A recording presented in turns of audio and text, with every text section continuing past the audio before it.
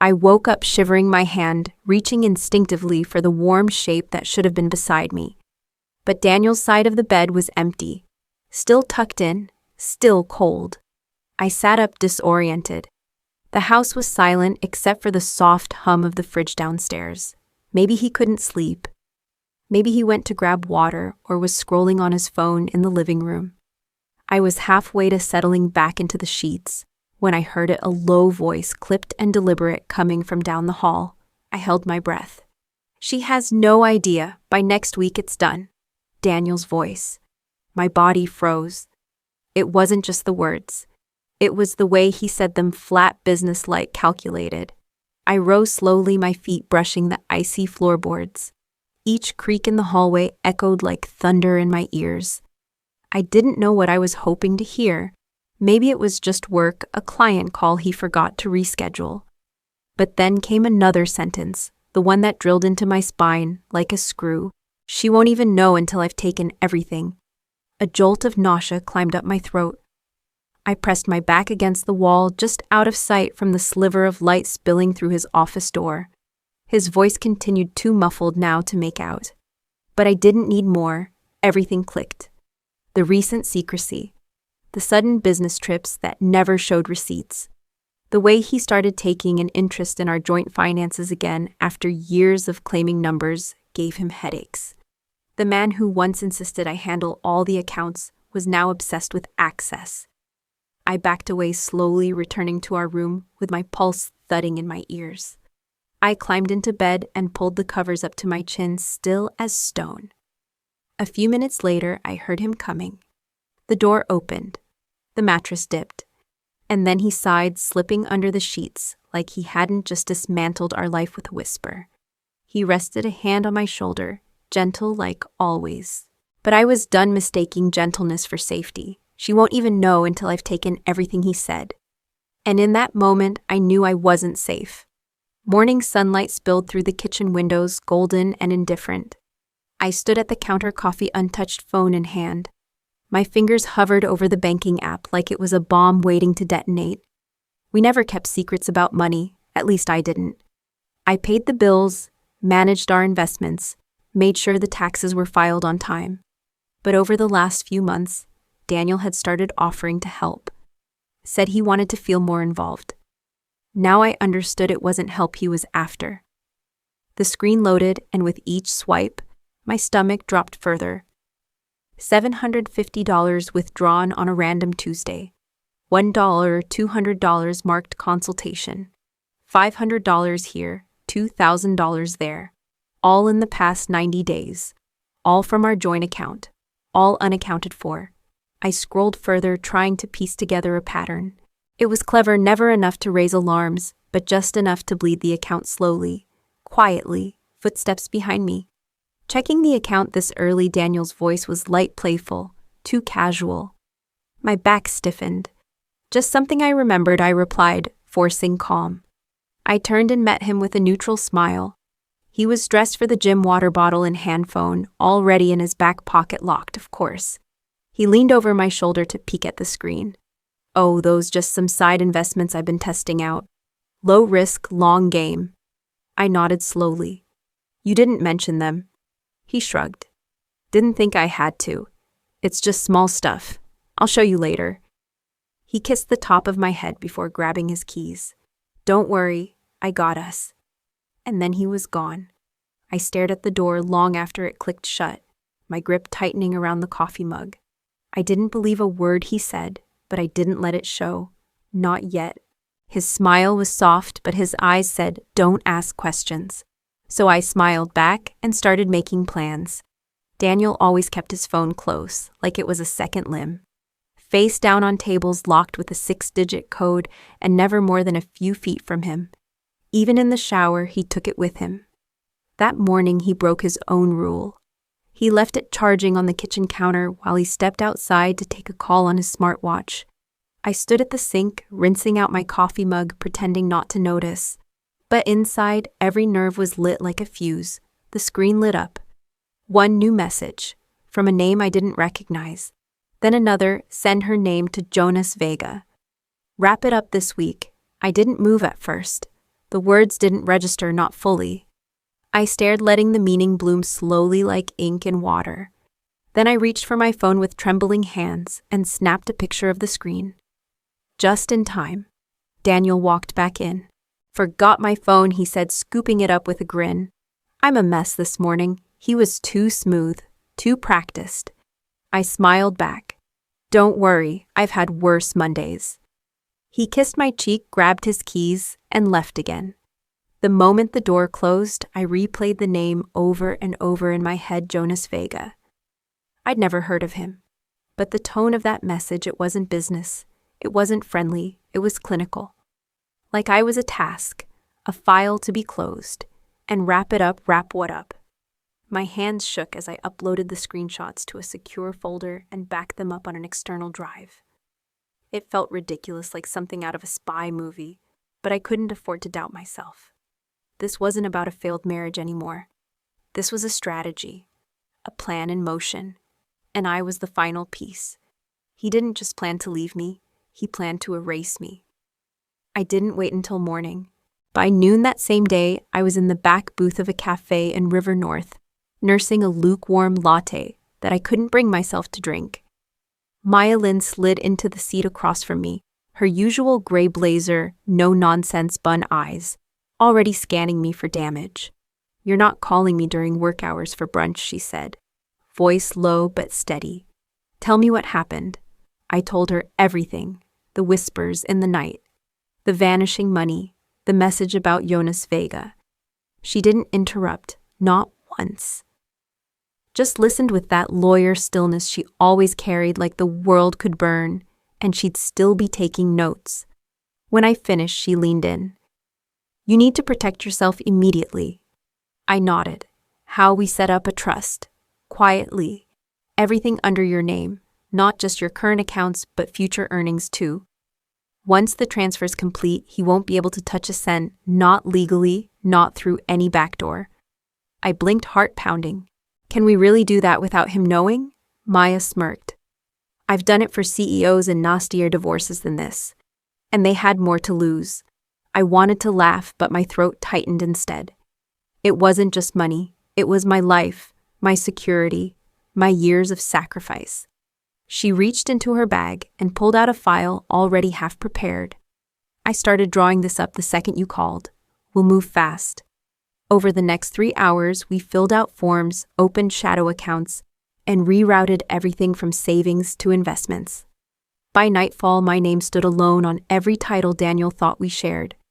Maya looked at me as I signed the final document.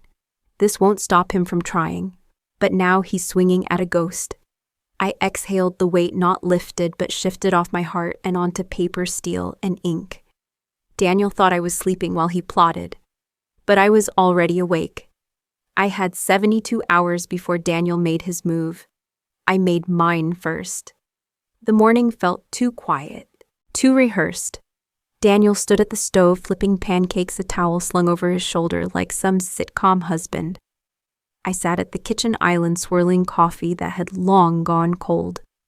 "You know," he said, setting a plate in front of me, "we haven't really talked about us." I looked up, keeping my face neutral. "No, we haven't." He reached into his briefcase and pulled out a thin folder. "I've been thinking. Maybe it's time we both admit we've grown apart. No drama, no accusations, just clean lines, a peaceful split." He slid the papers toward me like it was a formality, like I hadn't already watched the quiet unraveling for months. "Just want what's fair," he added. "We can go over the financials together." I didn't touch the folder. I didn't blink. "Daniel," I said softly, "there's something you should know before we go over anything." He paused mid-sip of his coffee.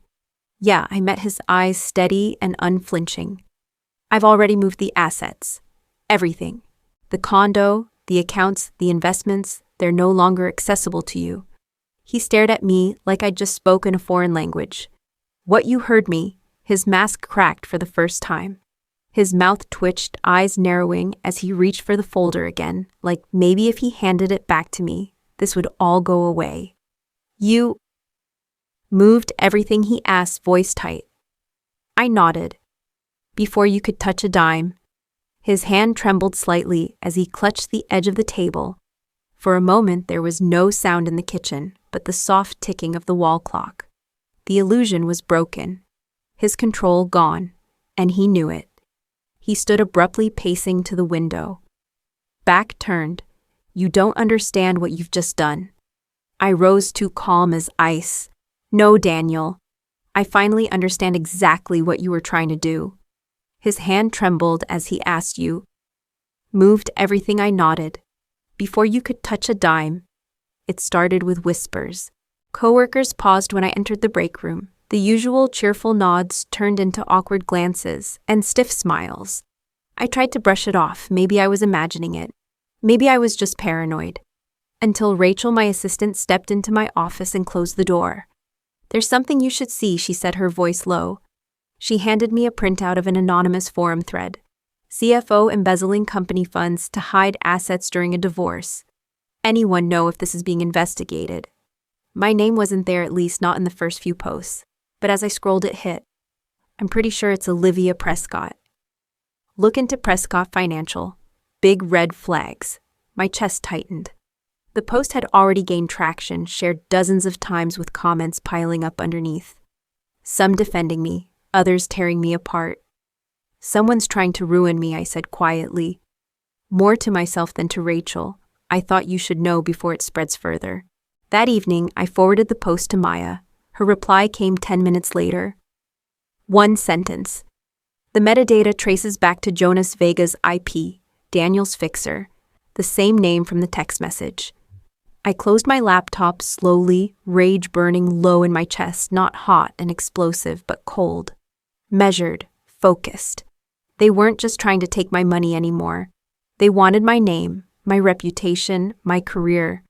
But they miscalculated something crucial. I built this life brick by brick.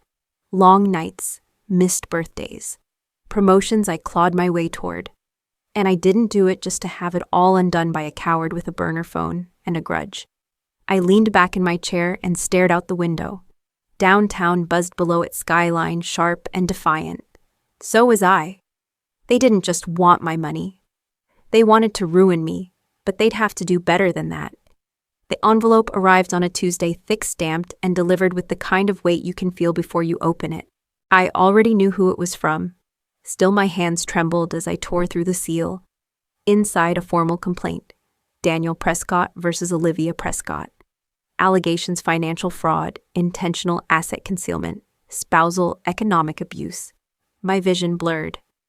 Attached were forged bank statements, fabricated transfers, phantom accounts I'd never opened. All stamped, dated, and neatly labeled. I flipped through them like pages in a horror novel written in my name. "Jonas," I whispered. "He's behind this." That night, I sat on the floor of my apartment, surrounded by files, printouts, my laptop open but forgotten. My chest felt like it had collapsed in on itself. Not from guilt, I knew the truth, but from the unbearable thought that the world might believe his version first. My job, my name, my future, all on the edge of someone else's lie. When Maya arrived, she didn't speak right away. She just sat next to me, her warmth cutting through the silence. After a while, she picked up the papers with calm, methodical hands. "These aren't real," she said softly. "And we'll prove it." "I can't breathe, Maya," I admitted. "If the board sees this, if anyone believes this, they won't," she said firmly. "They made a mistake coming after your reputation. We're going to turn their lies into their undoing." I didn't know how to believe her just yet, but I knew she meant it. Later that night, alone again, I let myself break. I curled into my bed, clutching a pillow, and sobbed until my throat ached. For my name. For the years I spent loving a man who turned my life into a chessboard. For the fear I refused to show anyone else. But when the tears stopped, something fierce remained. Not bitterness, not revenge, resolve. That night I sobbed for the first time in years. Not because I was weak, but because I knew I had to fight harder. The email from Maya came at 8:03 a.m. One line: "Only you'll want to see this in person." I was at her office 30 minutes later, heart in my throat. She met me at the door, didn't even bother with hello, just handed me a folder and waited. Inside a full forensic audit of the documents Daniel had submitted to the court. I scanned the first page, then the second. By page 3, my hands were trembling, but not from fear, from relief. The statements Daniel and Jonas forged, the ones meant to frame me as a thief. They were dated 2 months before the trust account they referenced had even existed. The timestamps didn't match sloppy, arrogant mistakes. They got cocky, Maya said, a spark in her eyes. They built their lie too fast, too confidently. I blinked at the paper, then looked up. This could get the entire suit thrown out. Not just thrown out, she replied, already gathering new documents. We're filing a countersuit. Defamation, fraudulent evidence, attempted character assassination. It was more than I dared hope for. For weeks I'd been walking around under a weight no one could see, dreading the meetings, the rumors, the silence from people who didn't know what to believe. But now I had proof, not just of my innocence, but of their deceit. We'll go public with it, Maya said, on our terms. We control the story now. I stared at the timestamp, again May 14th. The trust account wasn't even opened until July. They hadn't just lied. They'd built their entire case on fiction. And I was holding the eraser. I stood steadier than I'd been in weeks. They wanted to ruin me, I said quietly. But they just signed their own destruction. They thought I'd crumble. Instead, I brought proof that could destroy them both. The courtroom felt colder than usual, as though it too was holding its breath. I sat still, every muscle taut beneath my blazer. Beside me, Maya was unreadable calm as ever, flipping slowly through her notes, as if this were just another Tuesday. Across the aisle, Daniel sat upright in a polished navy suit, chin lifted in defiance. But his hands betrayed him. They gripped the table too tightly, fingers twitching against the polished wood. Jonas Vega. His ghost of a partner lingered a few rows behind him, in a dark coat half shadowed by the tall windows. The judge adjusted his glasses and began reading from the report. This court has reviewed the forensic audit submitted by the defense, along with digital verification logs and transaction records provided by certified experts. Daniel's jaw locked. The plaintiff submitted documents claiming financial transactions occurred in May. The judge continued, his voice growing sharper. Yet these same transactions reference accounts that did not exist until July. These dates are not misaligned, they are impossible. A whisper of disbelief moved through the room. Furthermore, the judge went on, the court finds substantial evidence of intentional fabrication. These are not clerical errors, they are deliberate. Daniel shifted in his seat, eyes narrowing as if he might still talk his way out of this. He couldn't. Therefore, the court not only dismisses the plaintiff's claims in their entirety, but refers this matter to the state attorney's office for a formal investigation into potential perjury, evidence tampering, and attempted financial fraud by Mr. Prescott and Mr. Jonas Vega. There it was. The silence that followed wasn't relief, it was gravity. The kind of quiet that comes after an earthquake when the dust hasn't settled, but the damage is clear. Daniel turned slowly toward me for the first time, his face pale, stripped of the confidence he once wielded so easily. I didn't blink. I didn't flinch. This court also awards Ms. Prescott full protection of her assets, as well as full reimbursement for all legal costs incurred during these proceedings. Maya leaned over and whispered, "That's checkmate." I stood legs steady beneath me. Daniel came to bury me in lies, but he ended up digging his own grave. The gavel fell. Daniel didn't just lose the case, he lost everything he schemed for. It didn't happen all at once. His downfall came in slow, merciless waves. The court decision was barely a week old when word spread through the finance circles. A leaked memo, a forwarded email, a silent dismissal. Daniel was fired from his firm without so much as a farewell drink. His name, once spoken with admiration, now whispered in cautionary tones over coffee and conference calls. Jonas Vega disappeared. Rumors floated that he'd fled the state. No one wanted to be connected to either of them. As for Daniel, his condo went up for sale within days. His prized sports car, the one he bought during our 5th anniversary, claiming it was for both of us, was gone by the weekend. The man who once told me I didn't understand power was now drowning in legal debt and public humiliation. I didn't gloat. Instead, I invited 4 of my closest friends over for dinner. Maya brought wine, Rachel made dessert. We didn't toast to revenge. We toasted to resilience, to breathing again, to owning every part of yourself, especially the parts that had been bruised and buried. As the last guest left, I stepped onto the balcony. Chicago's lights blinked across the skyline like a heartbeat. Cold wind brushed my cheek sharp and clean. My phone buzzed. An unknown number. I didn't need to open it to know. But I did anyway. This isn't over. No name. Just 5 words. I stared at the screen, lips curled into something between a laugh and a sigh. The desperation was familiar now. Predictable. A dying echo from a man who no longer had a hold on me. Without hesitation, I blocked the number. Forever. That simple act, pressing block contact, felt more powerful than the courtroom verdict. Because it wasn't about silencing him. It was about choosing myself. Later, I poured a final glass of wine and stood at the window watching the city breathe. For the first time in a long time, I didn't feel watched, or chased, or owned. I was no one's victim. Not anymore. He tried to end my life. I didn't just survive, I rewrote it.